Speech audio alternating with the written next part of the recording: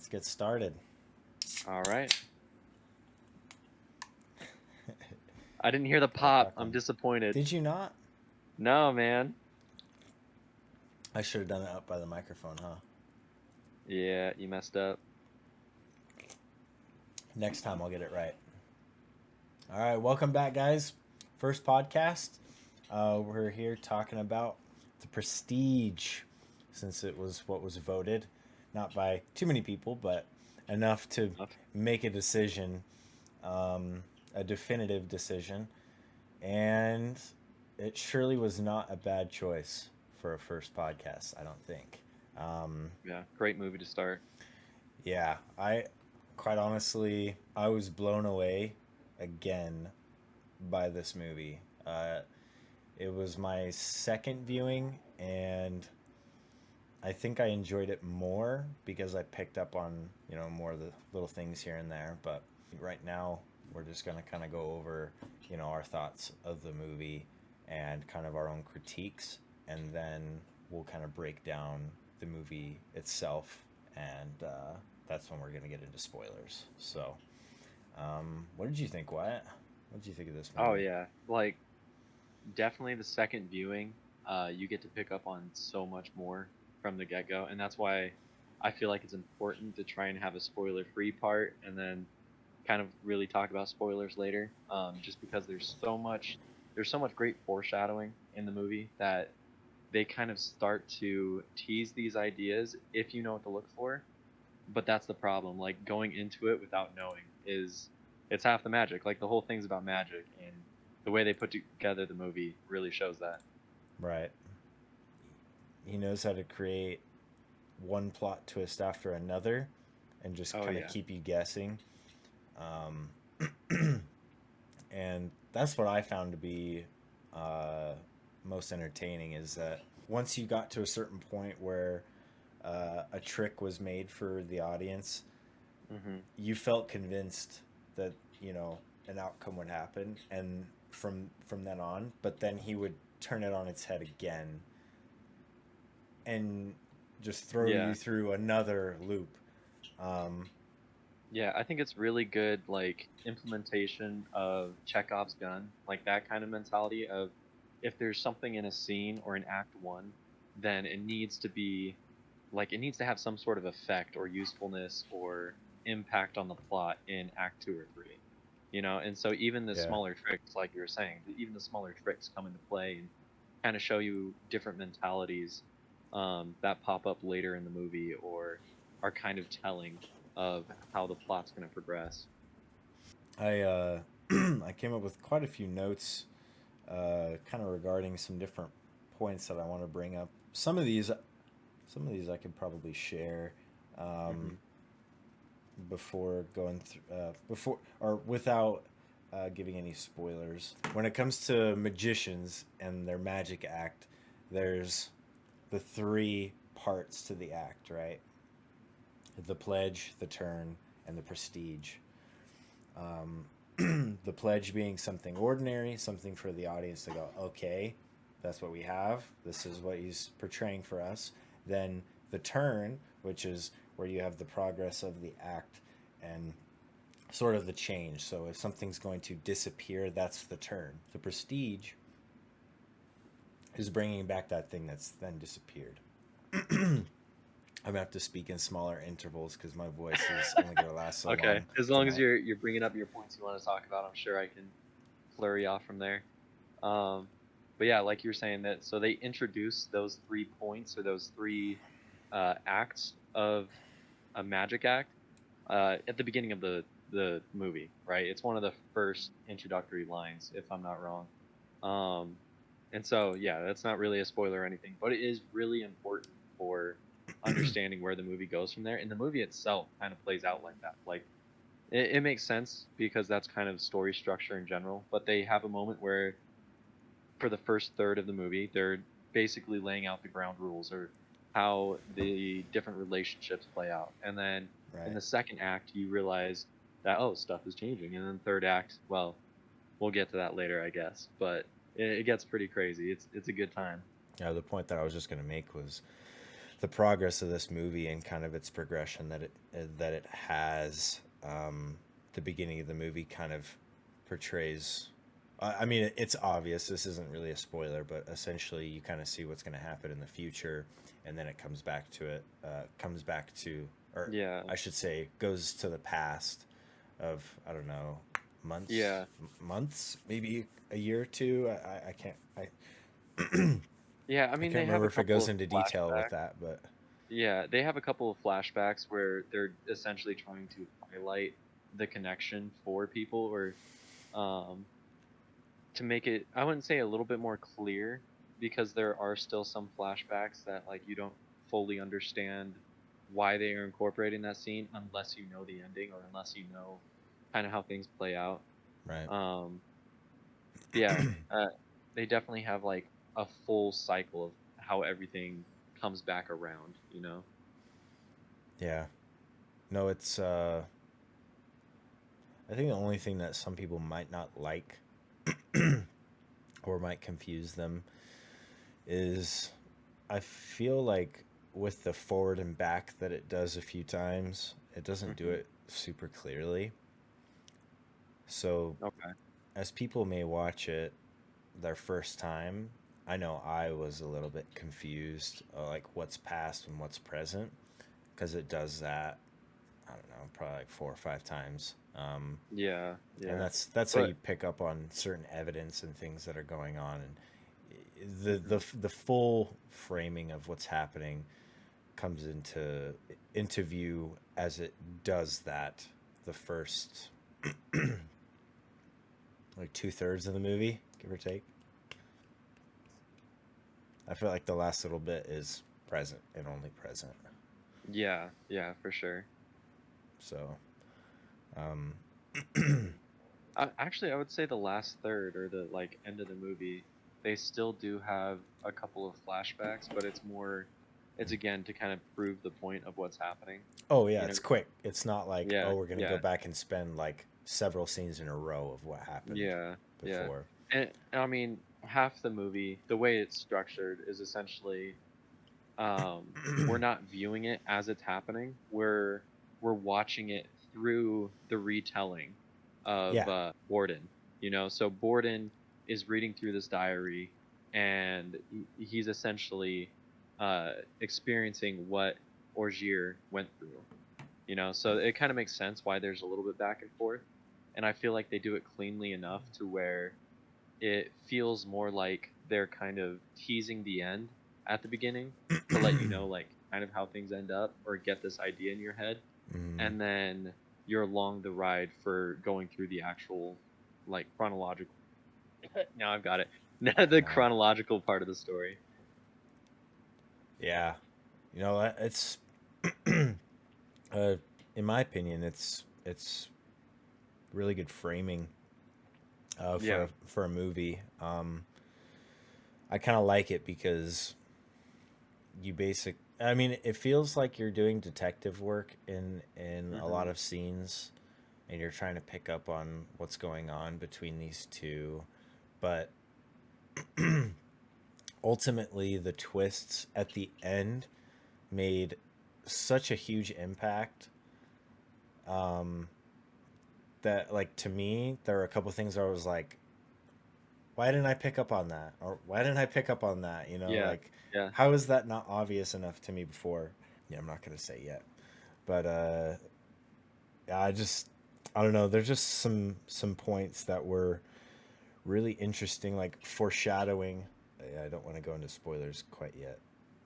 Yeah, I want to give it a I minute, feel but like, so we've talked about some like, we've tried being ambiguous, but I feel like there might be someone that watches this and has no idea anything about the Prestige. So all they know so far is that it's about magic and like some really interesting curves, or like some plot twists, right? So just as a quick, gentle, non-spoiler synopsis, the overall story to me is kind of a delve into like the passions of someone that's obsessed with their trade, yeah, and specifically magic, and how it can warp their own relationships and essentially showing the lengths they're willing to go to, right? And it ends up in a lot of drama that we'll get to. But yeah, if anybody was just curious for a rough synopsis right now.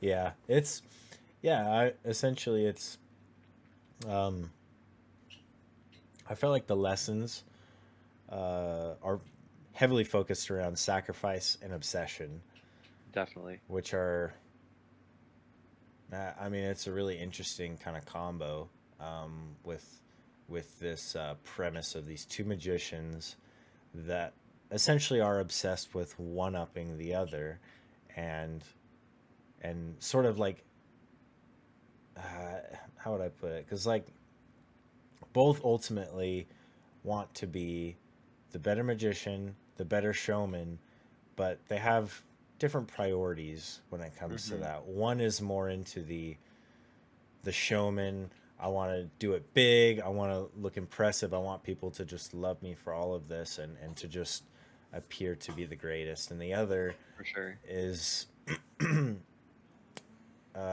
he's just a lot more dedicated to the craft. To me, he was more the true magician, in my opinion. I felt like Yeah. both of them Yeah. were incredible, but I felt like one of them just had that edge to him, Hmm. and honestly, yeah, the second time watching it through, I actually was kind of surprised at how it ended, because I it had been a while since I watched it, and I was Hmm. like, oh, that's right, that's how it ended. But I was still kind of like, it felt like a first viewing in a lot of ways. Just a very peculiar viewing, because I thought I had remembered it better, but Hmm. I guess not. And truly, that made it that much more enjoyable. And I find it a very rewatchable movie, even though like if I go back and watch it again like a week from now, I know I'll really enjoy it. Um, Even though I know exactly what happens, I feel like the acting is out of this world. Like I love Hugh Jackman, I Oh love yeah. Christian Bale. They're both stellar actors, and Scarlett Johansson coming in there. You have Hmm. Michael Caine. Like it's a stacked cast, and it really carries the movie. It really does. So Yeah, for sure. I mean, it makes all this crazy stuff that happens throughout the movie feel a little bit more real, because you can see in the way the actors hold themselves and behave as the characters, like it makes it feel real for the characters, so it makes it feel real for us, you right. know? Well, I think the biggest thing that I hadn't really noticed before when I watched it the first time was I really struggled to know who I want to root for in Oh, the end. for And sure. that's Yeah. probably the biggest thing with this movie is you feel so torn between these two guys, but Mhm. ultimately they're both they're both like, I wouldn't say scumbags, but they are prideful, uh, selfish, and just very egotistical, and Yeah. really only think about themselves in the end. Yeah, I have And so much to say about that, but so it includes dedicated. spoilers. Yeah. Um, Ultimately, for those who have not seen it yet, it's gonna tear your heart in two, because you're gonna want to root for one and then the other, and then you'll switch and you'll be like, no, actually, I do want to root for him, and then you'll go, no, I want to root. Actually, I think I want to root for this one, and it just becomes the most chaotic thing. But I found that to make I found that to be one of the biggest selling points of the movie for me, because I feel like most films there's a hero and a villain, a protagonist and an antagonist, and obviously you root for the protagonist. Hmm. Um, but this one was just like making you switch back and forth. Ultimately, in the end, they're both antagonists. Really, no one's really a protagonist in this movie. Fair enough, I guess. Yeah. I just God, didn't see it. it'll be really interesting to hear uh, who you're really rooting for once we get to the spoilery bits. Yeah. Oh yeah. Um, mm, let's see if there's anything else we should go over before we do so. We're about 20 minutes in right now. Um, well, before editing this.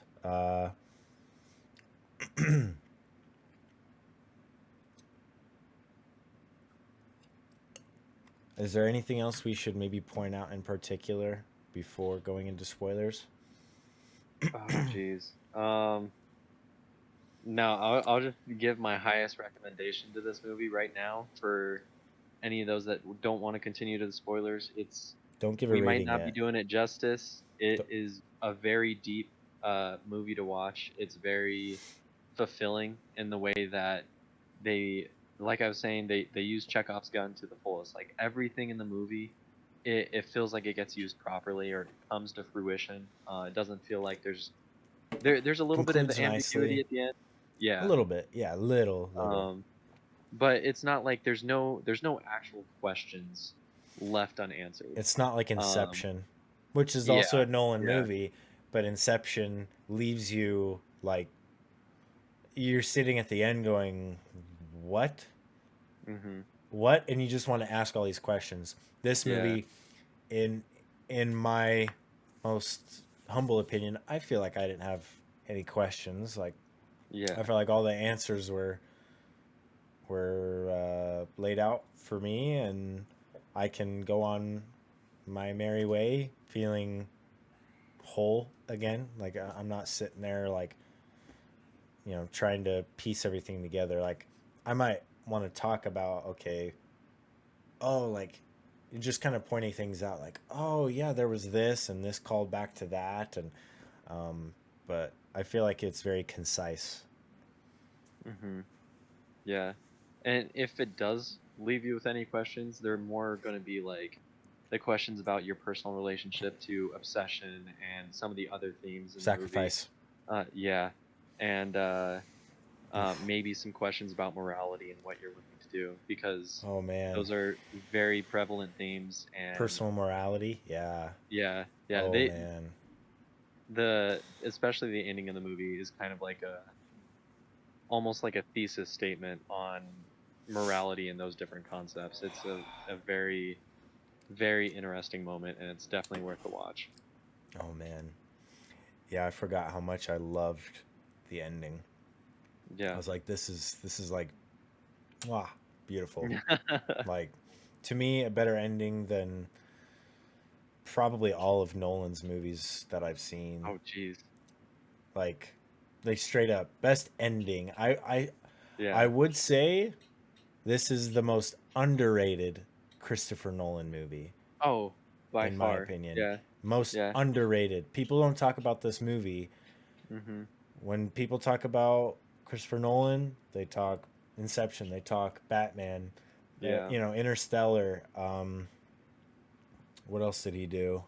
Uh, Tenet, right, which came out last year, Uh-huh. which was a really good movie too. You have yet to see it. We'll do that one another Yeah. week. That's That definitely one's needed. that one's gonna hurt your brain. I'll tell you right now. That's like that's right there with Inception, but maybe even further because I still have a lot of questions and I've seen the movie 3 times now, and I'm Okay. still like I gotta watch it like 5 more times to get this really. I feel like it's not supposed to be that complicated, but anyway, Yeah. that's a Yeah. There's conversation enough for to another chew time. into. Yeah, it's yeah, that's a wild ride, but the Prestige, it's not super hard to get. I feel like a second watch through helps. So if anyone watches it one time, you might have a couple questions. I watched it with my girlfriend Tiana, and she she had a couple questions for me at the end that she didn't really understand. But Hmm well, let's go into some spoiler talk then. Let's yeah, we're like 25 minutes in. Oh Let's gosh. let's uh, Gonna let's do this. spoiler for days. Gear Uh, up. I'm up. All right. So All right, just to now that we're in the spoiler section, I'll give a quick rundown of how the story kind of plays out. So essentially, these two guys, they're apprentice magicians at the beginning, or chronologically, they're Yeah. uh, co-apprentices under this one magician dude, and one of them ends up killing the other's wife. Right? Borden kills Ogier's wife. And we don't know Uh, if it's accident, but it spurs on a lot of hate and a lot of rivalry back and forth that leads to them sabotaging each other's shows, trying to steal each other's tricks. Ogier at one point shoots I think Borden is that and how you shoots off pronounce his his name? fingers. I just call him Ogier, Angier Angier, yeah, Angier, Ogier, A Angier, N G I E R. Angier. It's probably Angier. Angier. Yeah, yeah. Um, So yeah, Angier shoots Borden, shooting off two of his fingers during a magic act, Just in a and this, bar or whatever. y- yeah, it was a pretty shabby magic act at the time. Um, and then I wanted to see it. Angier goes to extremes to try and match Borden, ends up recruiting Tesla to build him a machine that ends up duplicating his body instead of transporting him, because that's been the trick that Angier is trying to copy, is Borden's transporting man trick, where he disappears on one side of the stage and appears on the other. So Angier gets this machinery from Tesla, but it actually makes a copy of him instead of teleporting him. Yeah, it's So he has actual to kill his real. copy each It's like time. real magic. Yeah, That's the yeah, science difference. fiction for sure instead of That's like reality, that's which like is the almost a ones. shame. Yeah, a little bit, but I'm okay Yeah, with that because that's kind of the yeah. way Nolan's films are. Is it's very science Hmm. fiction, and the movie, with the way the movie carries out, the whole time you're thinking, okay, you know, it's pretty stuck in realism. And then there's the moment where he finds all the top hats outside of Tesla's Yeah, lab or whatever you might yeah, call it, and the cat, and he realizes it's duplicating every time this machine scans him or whatever. So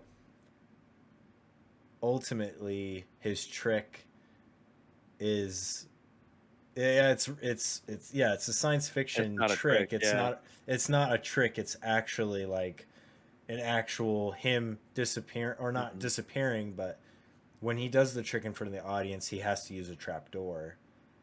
But yeah, that's where it gets ridiculous because, oh man, we should probably back it up a little bit before we yeah, jump yeah, into that, because that's kind of that ending, some of the ending stuff. That's, yeah. oh man, the more I think about it, this movie's just so good. Ugh, my goodness, it's just Alright, so where do you wanna one start with twist. the And beginning? uh, so the beginning of the movie, we get what happens after essentially Borden, Angier's death. Angier is killed by Borden. Yeah, Borden's in prison, and he's kind of reading the journal and then recollecting from the past and how they met each other, how mhm, and how this all came to be and how he ended up in this position.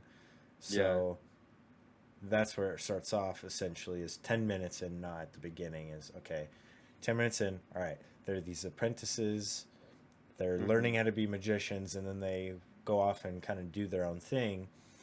And Angier seems to have the support of John Cutter, Michael Caine's character, who is, what was his profession? What would you call it?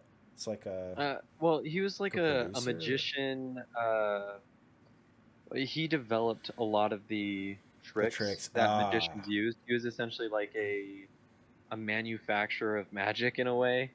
He was the one that Yeah, people would go to for their routines and to help develop their work.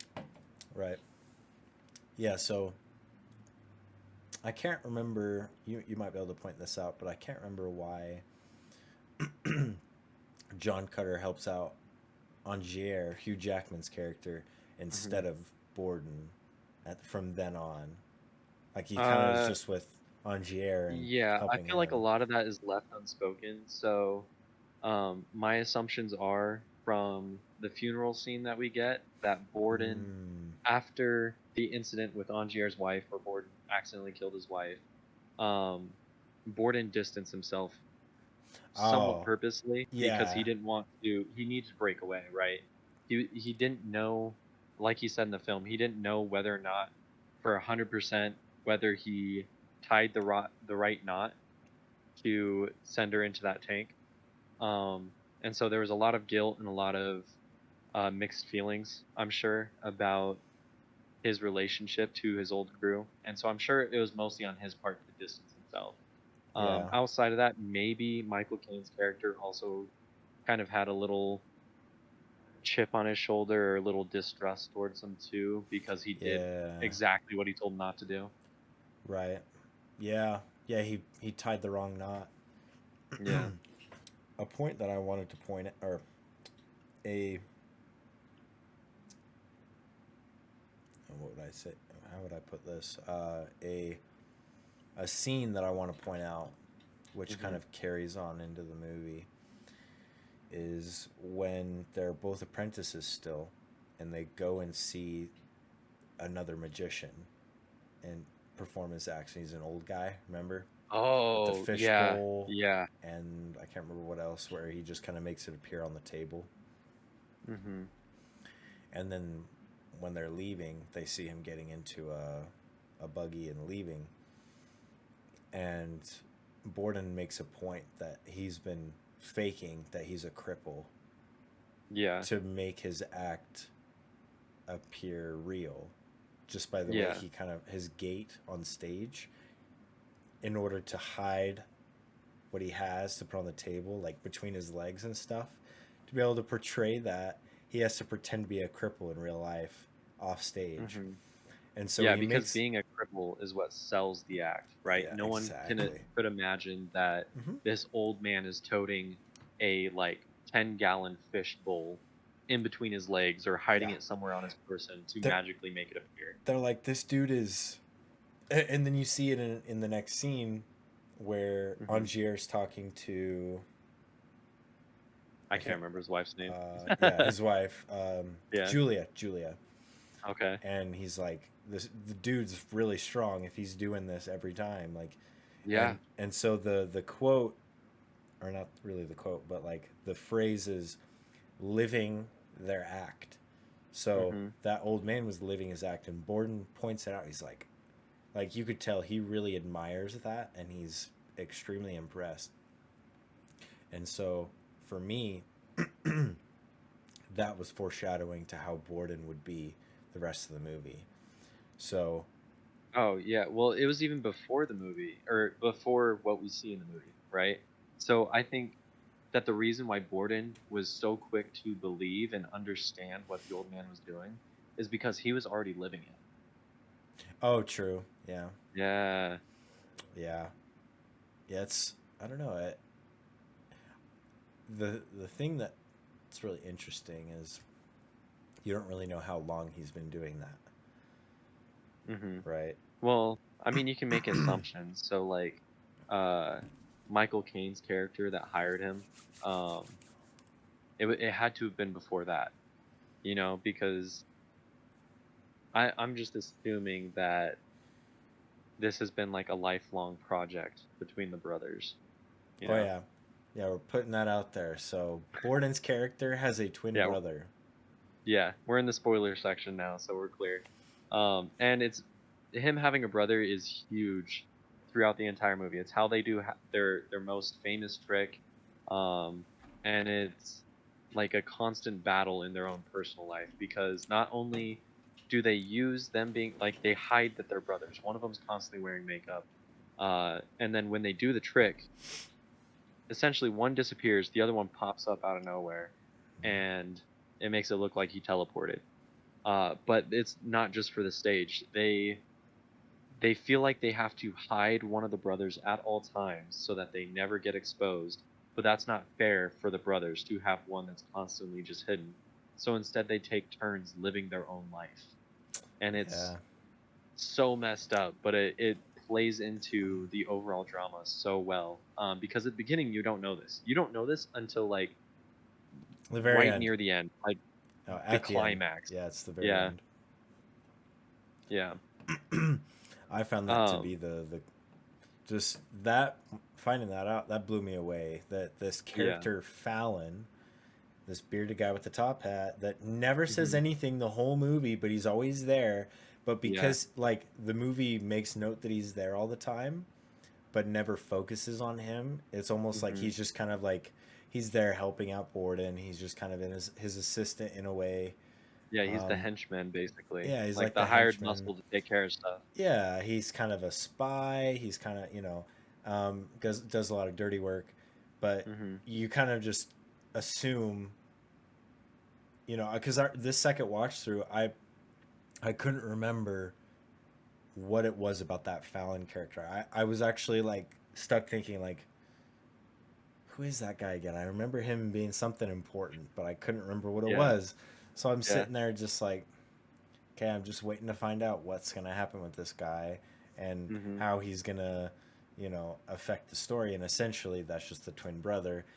And what's interesting is like, well, the point is, it doesn't matter what brother does what. They just shared this life as this character, Yeah. uh, uh, as this imaginary character they made up, Fallon, Hmm. where one of them was always dressed up like that and had that makeup, and the other one was Alfred Borden. But was something I pointed out, or something that was pointed out to me, the name Freddie was being used, Hmm. which I assume was the brother's name.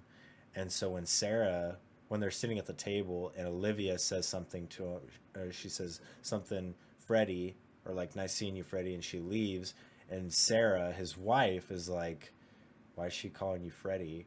And he's like, Yeah. oh, that's just my public name. I look like this because I'm in public and people are going to see me. They like that. Well, it Um, wasn't like he was that. I feel like that scene particularly, it more showcases that the brothers are taking turns being Alfred, right? To yeah, where like his name's Alfred, so it makes sense to call him Freddy in my head.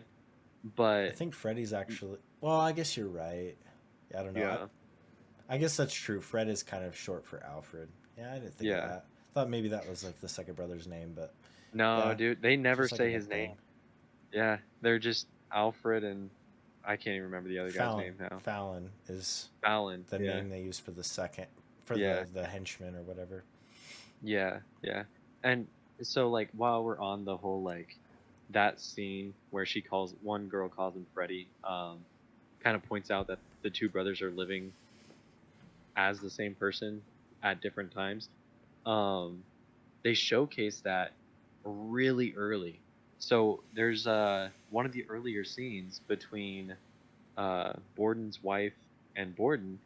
She makes a comment that when he says "I love you," she says, "Oh, you don't mean it today." But that's okay because Yeah. then it makes it the days that you mean it means so much more, right? And so it's I great didn't think because of it's right in that. your face. It's right there. She is saying Yeah. one day she knows him well enough that like she knows him as a person, as Alfred well enough that she can tell when he doesn't love her and when he does. But It's it's not crazy. because his emotions are fickle. It's It's because not there's two because people. yeah, and so she the way she dresses it up is like some days you're more in love with magic, some days you're more in love with me, and it's a trade that like I've accepted. But that's not the case because one of the brothers loves her so deeply that he really doesn't care about magic anymore, I feel like, by the end of the movie. Right? He wants to take care of his wife and child more than anything, but he has to keep up the act Yeah. to provide for them. And then meanwhile the other brother cares more about magic the entire time. He doesn't really care about this family, He only cares cares about about them so Olivia. much to help his brother. Cares about the mistress. Oh yeah, yeah, the Scarlett Johansson character. Mm-hmm. Yeah, yeah. Yeah, he's in love with the magic more and the mistress. He doesn't really care about the family because Well, I assume that he wasn't the one that went through the wedding. He wasn't the one that had sex with her to have the kid and all that. So he was probably just like, "Well, I'm along for the ride. I have to act like I'm Yeah. in But you love." gotta And imagine how messed up ah, that whole dynamic is. Just in general, that is a really messed up dynamic. it's Like just a literally, this woman has two different husbands that are pretending to be the same person. It is she'll so never know. twisted. Yeah. Man, just to think about that, that's like, it's so mind blowing. And the more you think about it, you're like, that is dedication. That Yeah, is yeah, and dedication. that's where we get back to the sacrifice versus obsession. And Yeah. like clearly these dudes were obsessed with magic to commit to this, but they genuinely understood sacrifice because they had to give up their own lives and their life direction for magic, but then also to like balance it out and appreciate that at least this brother has a chance at a normal life, you know? And but they still sacrifice, like they still had to take turns living that normal life because that's the way their magic act worked out. Yeah. Oh, dude. I'm just, yeah, I'm blown away. Like, one of the brothers, obviously, when he performs the act and Angier shoots his hand, Yeah. obviously by Oh. accident, he was going to actually shoot him. Yeah. I would Yeah. assume, but the guy goes, or Fallon, it's actually Fallon that Hmm. comes over and knocks the gun, and as he, his hand comes down, he shoots his hand. Yeah. And so, because now that, his hand looks like this, Hmm. the other brother, in order Has to to match. keep it, he has to match him, so he has to Yeah. literally chop his fingers off. And that Yeah. scene that they show at the end, that like they were dedicated to Yeah. sticking to the story, sticking to the script, no deviations. Hmm. They were willing to go that far. I mean, that's, bro. I Yeah. and I'll say it. Borden was my favorite character. He's the one who I rooted for from the beginning, and I Okay, but think, which Borden? Because this, I feel like this is very important. well, I really admired the Borden who cared for his wife and daughter Okay. very dearly. Like those Yeah. scenes where he's with them, and there's just this emotion and this like, it the acting felt so real. Like Christian Bale Hmm. just pulls it off really well. Um, that it hit home for me, and he ultimately was my favorite character. I uh, I wanted him to win in the end. And which brother was executed at the end? It was the one that didn't love Sarah. The one that didn't. Yeah, it Right, was the one that the loved one that Olivia. liked the mistress. Yeah. Yeah, because he Yeah. apologized to Fallon. He's like, "I'm sorry about Sarah. Yep. I'm Yep. sorry about." I didn't He mean to hurt apologizes. her. I didn't mean. Yeah. Yeah.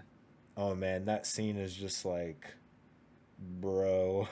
Because the Oh first yeah. time when you It's watch that, you don't know that they're the brothers. They've been playing the yeah. same character, so you're kind of like, why is he apologizing to this stuff to Fallon? And then you get the scene where he's talking to Fallon in the room, and you're like, I feel like there was enough it's foreshadowing at weird. that point. Like you could Maybe. kind of assume, like since Angier had a trick that like made a duplicate of him, wouldn't it make more sense if the like in my head at least, wouldn't it make more sense if the person that's more devoted to magic as a trade itself had a more pure version of it where yes, he had a double, but it was the most convincing double ever, a twin, Yeah. you know? So like there's enough going into it where you can kind of start to assume at that point, but yeah, it's not like spelled out in blood until the final Well, scene. here's the thing: if a magician nowadays were to pull something like that off, it would be Hmm. the most incredible thing ever. Because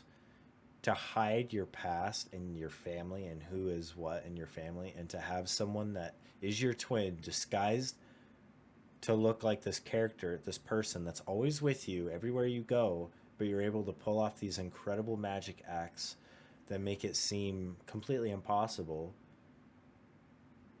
But it's like it's covered up so well that you're like, there's no way it's the same person, right? The fingers Yeah. being chopped off, like that's a big thing. Uh, And Oh, when Olivia points that out, she's like, "I know it's you. I know you don't have like a doppelganger. I know you don't have a double because of your hand. I noticed your hand, yeah. so it's You you." need to show off your hand. Like that was Yeah, she point was it saying, out. show off your hand Yeah, show off because your hand. yeah, it's That's the proof. difference Yeah. between Angier trying to mimic your trick. Mhm. And so when I watched it this time, and because I hadn't remembered a lot of these points at the end of the movie, I was like, yeah, that's a really good point. You know, like he should. You know, and I was trying to remember like how does he do his trick, and then yeah, and he even points it out to Angier's double, Root, the drunk, Oh the yeah. drunk guy. Yeah. He points it It out to says him in he the has a bar. double. He's like, yeah, Yeah. I use a double for my trick. Yeah. But like he says it so nonchalant in that scene that you're kind of like, oh, like he's just Makes it telling seem a like a lie. story. He's just Yeah. lying, Yeah. you know. He's just telling him, and Root's sitting there going, oh, interesting. But then he even points out in that scene, he's like, the thing is, like when you have a double, the double can take over, and that's when you lose the whole act. And so then Mhm. Root pretty much sabotages. Well, Yeah. uh, Borden sabotages Angier using Mhm. Root by kind of like getting in his head and saying, "Look, like you're in charge here. You can screw up his whole thing. You can literally be the man because their whole trick relies on you. You're not just some pawn. They Mhm. literally need you, and if you can take advantage of them." So then, of course, they have to get rid of Root because they realize, well, this dude's just gonna. Oh yeah. Well, I mean, he also ruined the act itself, Yeah, right? The way he hijacked it permanently tainted the act to where yeah, if some random magician, or not random, but if some magician could come hijack his show and then have his, like, no one knew it was a double, maybe, but essentially Root, Angier's double, was hanging in the rafters by not by his neck, but he was yeah. He hanging was all tied by the up. like yeah. When he was hanging from the rafters, like he made a complete mockery of that act, right? To the point of where He can't do it once you hear again. about it, yeah, you can't go there without watching it ironically or like laughing at it. I Yeah, guess it loses its mystery because someone else was able to hijack it. yeah, Meanwhile, it added a little bit of extra mystery to how did Borden do it? How did Borden hijack the act? How's he doing his act? So it brought in a lot more yeah, popularity. yeah, man.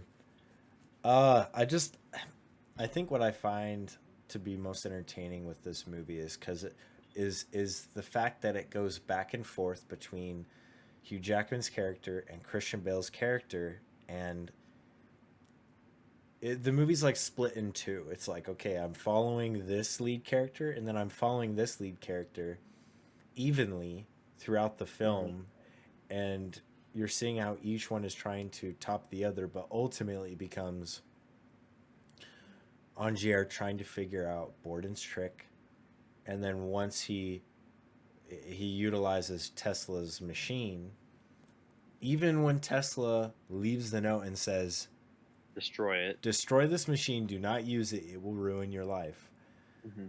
and because he knows what it's going to do to him, and that's also why Angier ends up deciding, "I'm just going to do it one last time," and he does it to capture Borden or frame Borden for killing him, but obviously he's just duplicating himself, Yeah. and so he has one that's going to be the part of the pledge and the turn, and the other one Hmm. is up in the rafters, or the second story of the audience, uh, in the hall, as the Prestige reappearing. So he ends up having to kill himself over and over basically, but it's just like a duplication of himself, Yeah. which is such a mind Well, f, so that's that's where the real mind f comes for me because you're thinking about it. He's probably the one that survives. Probably is the duplication. It's probably not the original. Yeah, So the original probably gets the one that drowns. And it's not yeah, like he only did this once or twice. He had an entire warehouse filled with those drowned those bodies yeah, drowned bodies basically. underneath the Yeah. stage. Yeah. And all the so like times he this had done was it. yeah, and so it also makes me wonder if there's like they didn't do anything or say anything that really kind of would prove this, but it also makes me think of like what if he's like a Xerox copy of a Xerox copy? Where over time his mentality just kept getting, even though he stuck to this really well oriented plan, like really well designed plan to get Borden in jail. Um that I'm still wondering if there was any, like, his mentality declined, or if like the fact that he's a duplicate of a duplicate made him even more obsessed with essentially getting Borden killed. Yeah, yeah. The I don't know. It's interesting because yeah, the science fiction of it gets messy, and that's where Yeah. it's like, okay, what's happening here? Mhm. How would this make sense? Because if it's a duplicate of himself, it's like a clone, but in order to do that trick, he's killing himself every time. Yeah. Because you'd have to Yeah. start with himself going into the tank, closing shut. He dies, but then there's the prestige up in the stands as the Mhm. duplicate. Yeah. So essentially, his original self is dead, like long Yeah. ago, because there were all those bodies underneath the stage. Yeah. So And if that's the there's reality, that is so messed up. I think it's also an interesting parallel between Borden's sacrifices and his own, Mm, because like Borden was saying, so in Borden's head, Angier never sacrificed a thing in his day, never sacrificed a thing in his entire life, right? yeah. He was like stealing Even though, tricks and trying to like yeah, yeah, even cut though he lost corners. his wife, but Yeah. even though it's kind of messed up, and like Angier says, it took a lot of courage and a lot of like manic obsession to be willing to potentially die every night if Yeah. he's not the prestige. Right. It's also like a weird scapegoat where, like, well, if I die, I die. At least there's the prestige, and no one cares about the man in the box, but Yeah.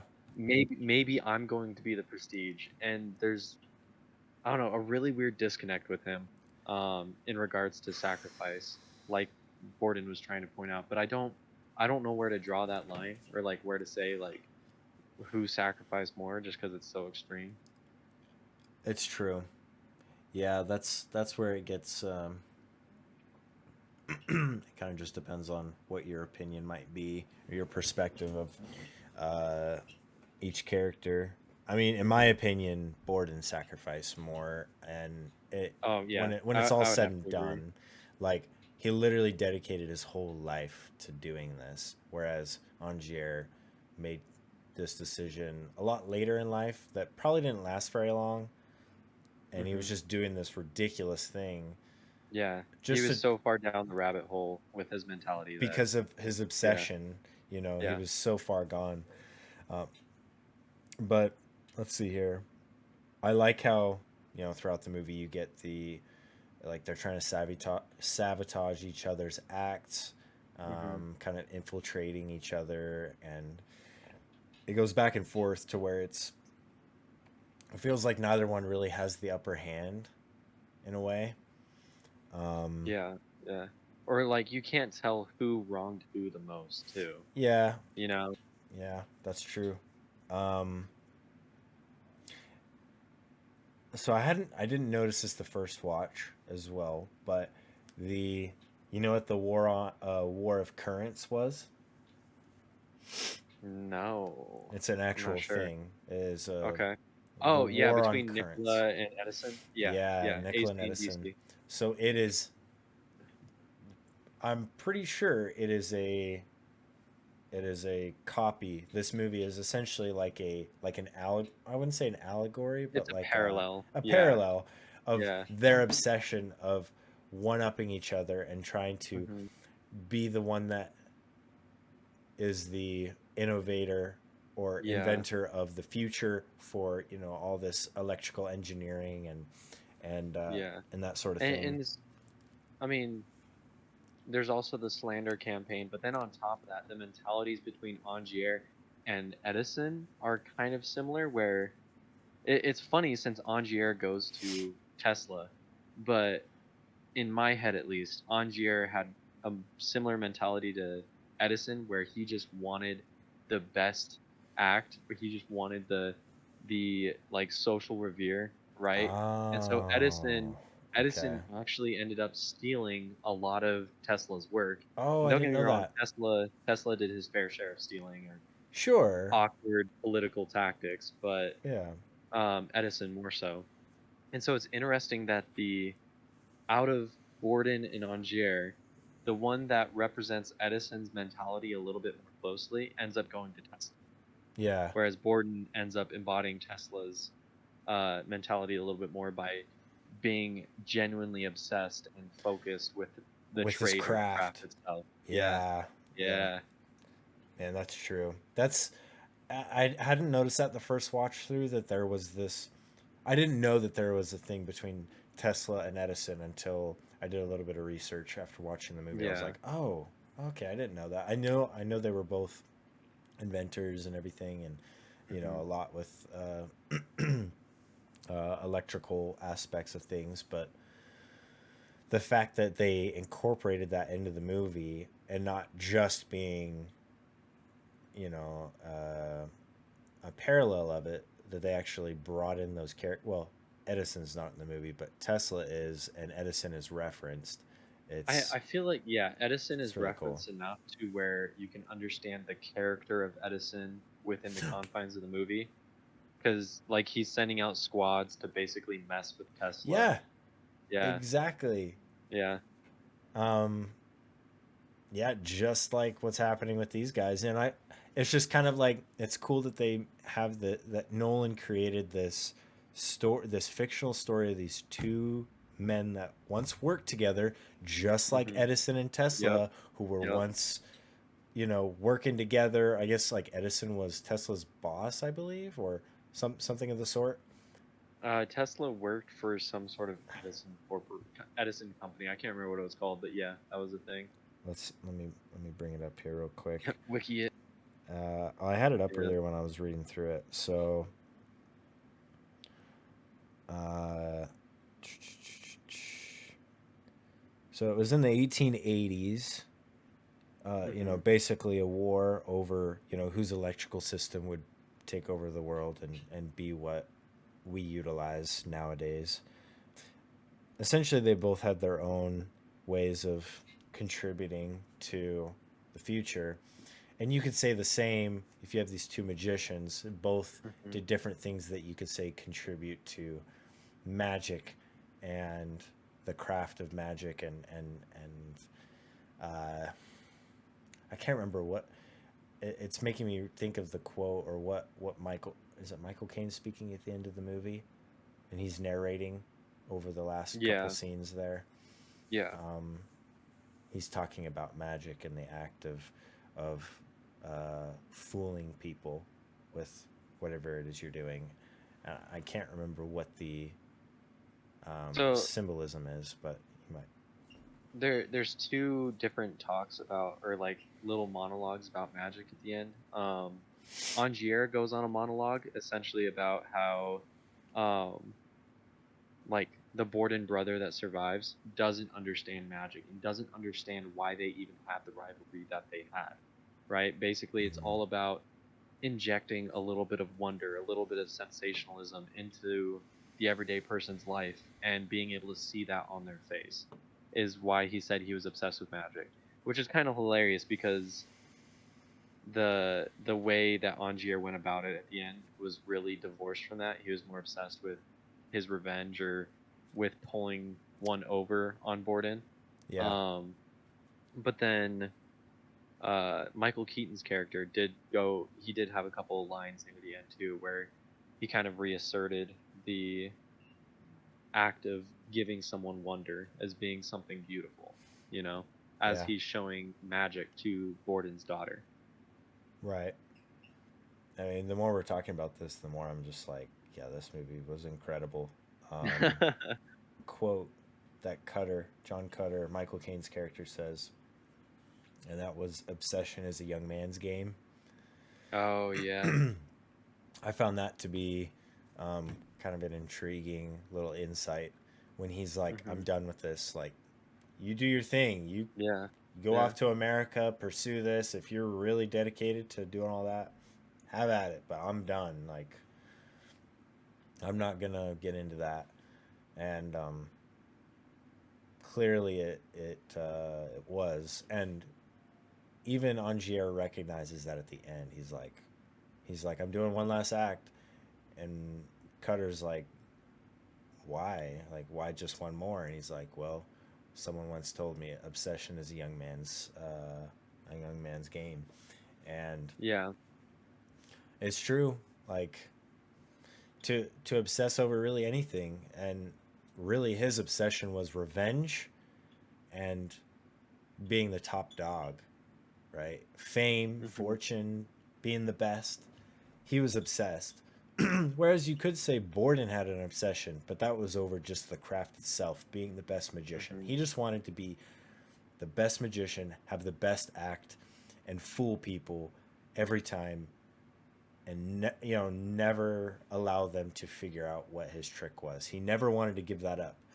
Yeah. The point where he was willing to give it up was uh, to essentially live at the end, to have Angier let him like say, "Well, I'm alive. Like, this man's innocent. I'm right here." But he had his disguise, and this was at the end of the movie. The whoever was watching over his daughter, but Hmm. it was Angier, and that's when he discovers that, oh, you're still Oh, alive. Count Like, you're not actually Portalo. dead.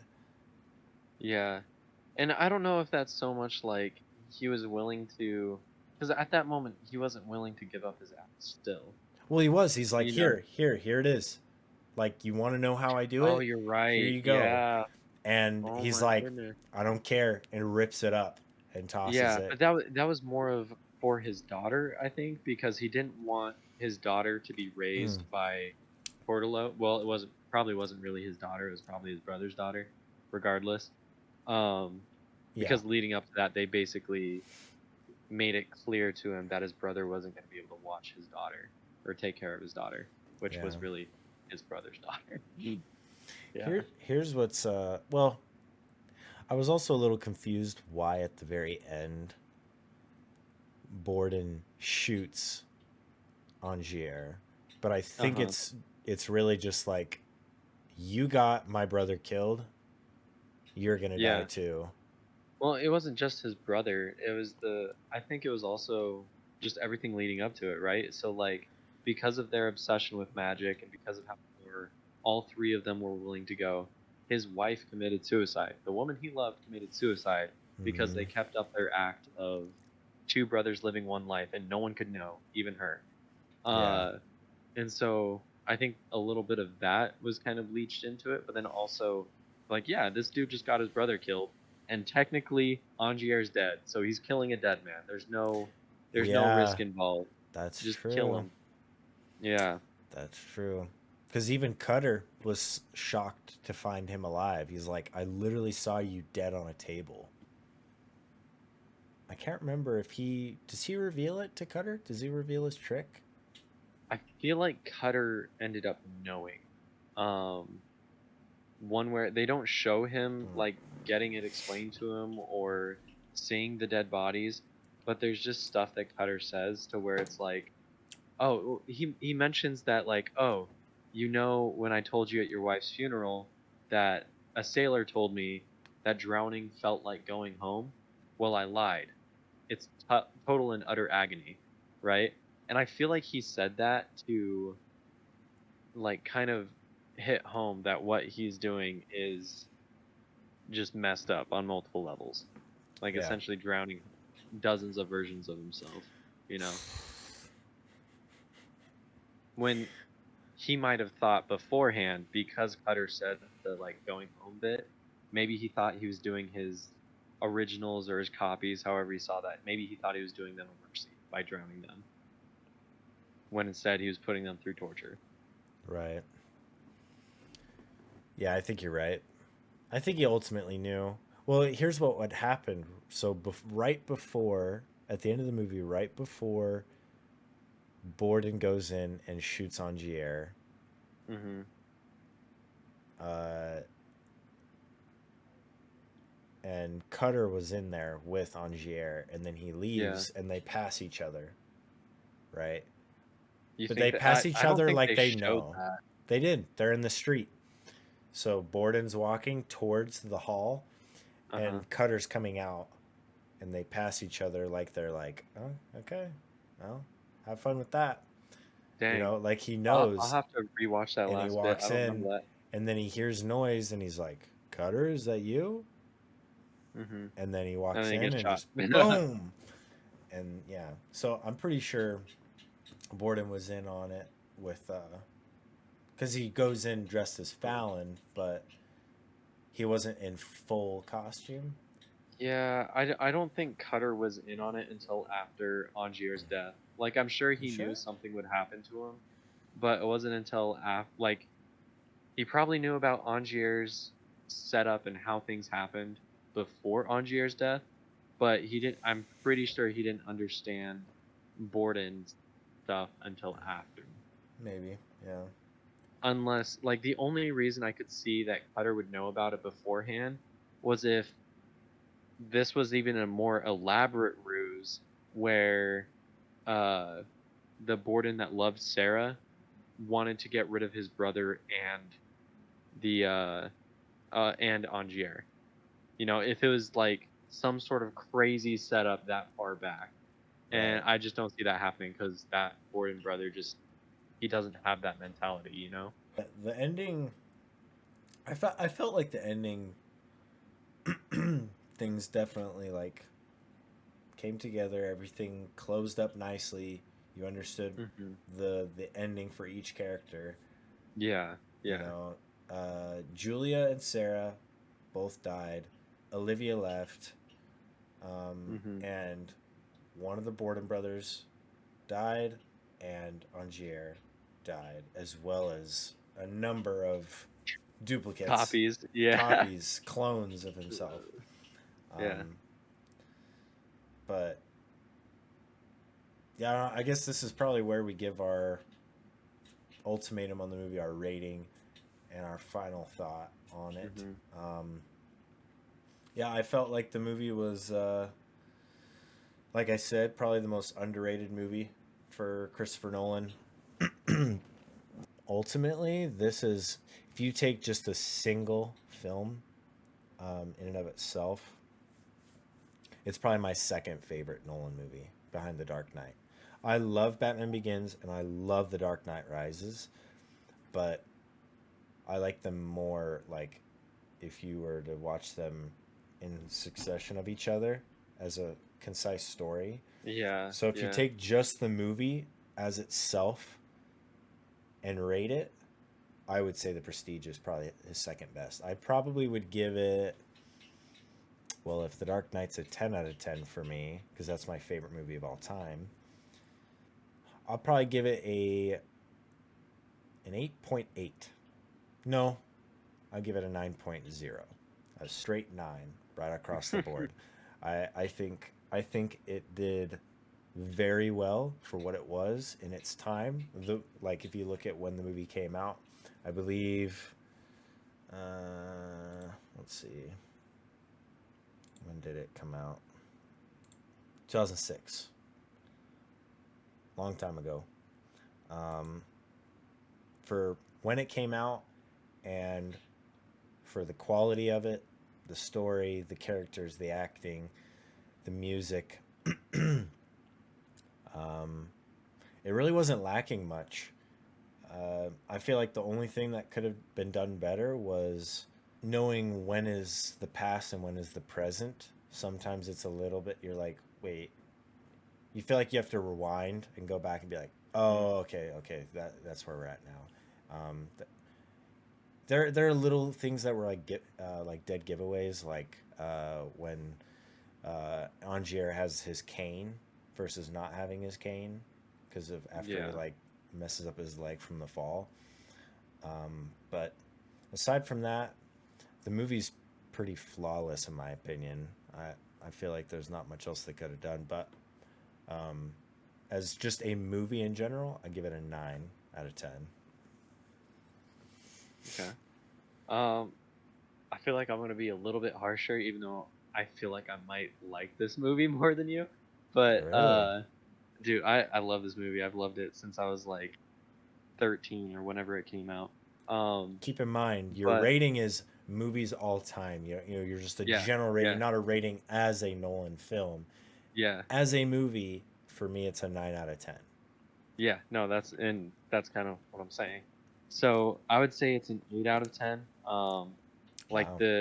the oh geez, what would you call it? The cinematography or like the actual camera work is really well done. They have some interesting pan screening where or like cut shots for the brothers that's really, as far as like video making goes, it adds to it, and it's another foreshadowing kind of deal. Yeah. Um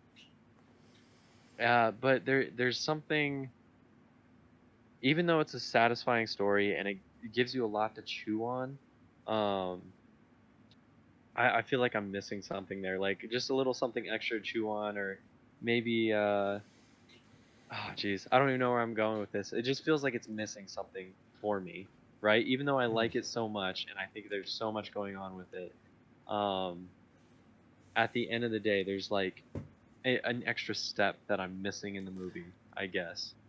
Maybe. Yeah. Maybe the end feels slightly rushed. Like, that you could say the prestige of the movie if you Yeah, have it in the 3 acts, which I think is the point of the movie as well, is yeah, it comes in that way, um, it's kind of structured in the 3 acts of a magic act.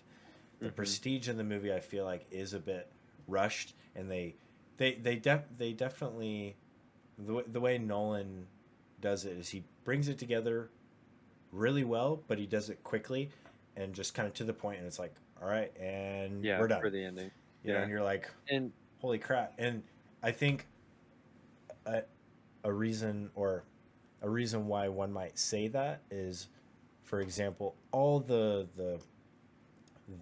bodies, Angier's like clone bodies in the tanks under the stage is one of those things where it's like, holy crap, how many times did he do this act? Because the movie makes it mhm. feel like he only does that act like a couple times and that's it. Oh no, he does the act almost like 100 times. Um, Yeah.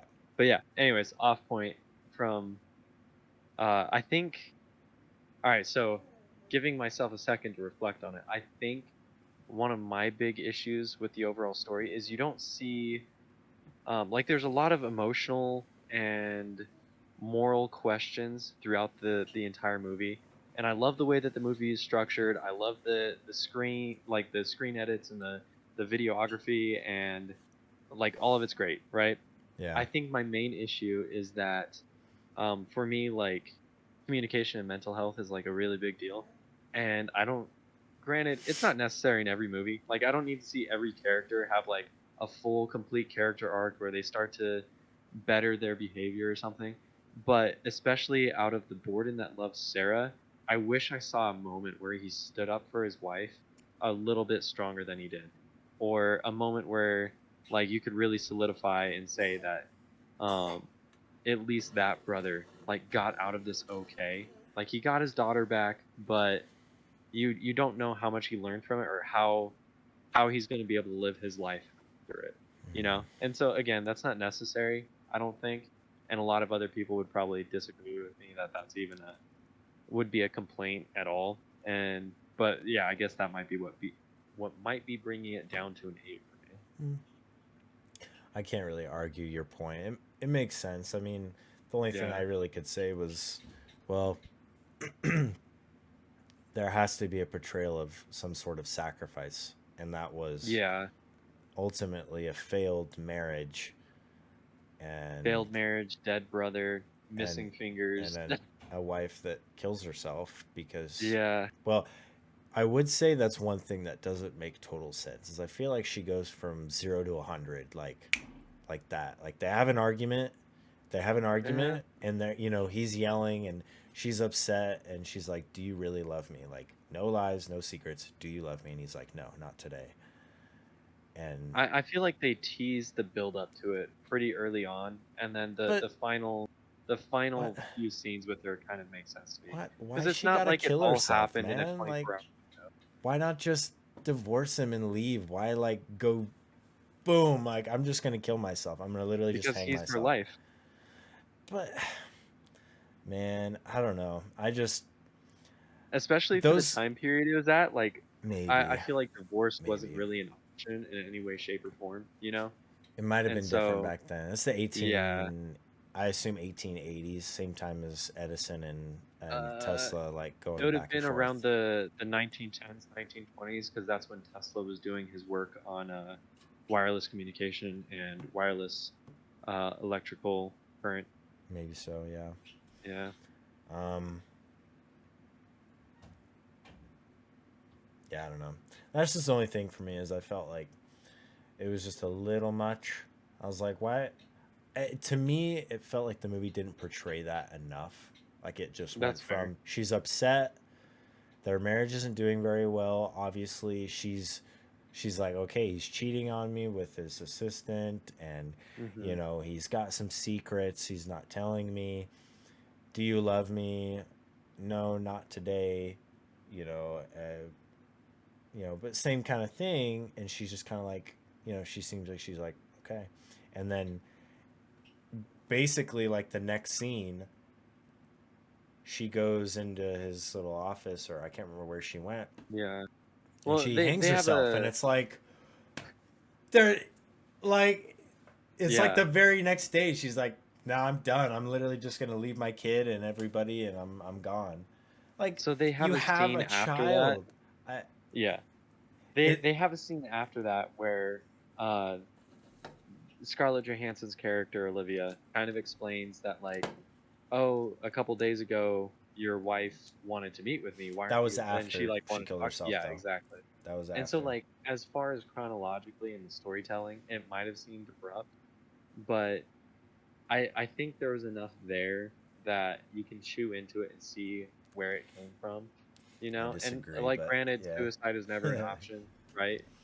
But Hey man, when you have a as kid, far as characters, it makes sense.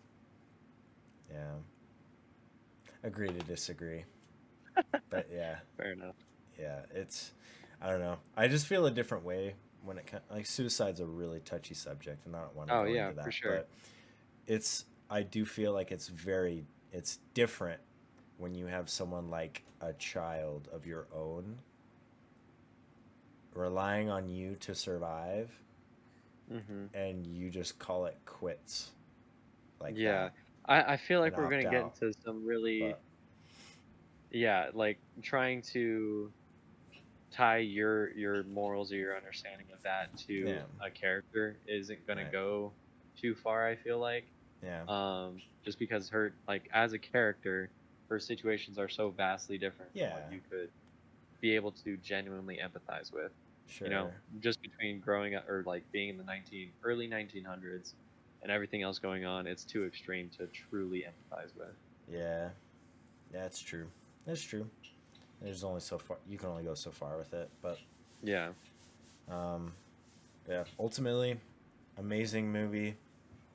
Um, I highly recommend it to anybody that watches this podcast. Uh, yeah, do not put this one off. I would put this if you have a list of movies that you plan on watching that you wanna go check out. I would put The Prestige on there, um, near the top. One of my favorite movies for sure. Um, but yeah, anyway, well, I appreciate you guys. Those of you who are gonna watch this and have made it this far. I will see how many people make it all the way through.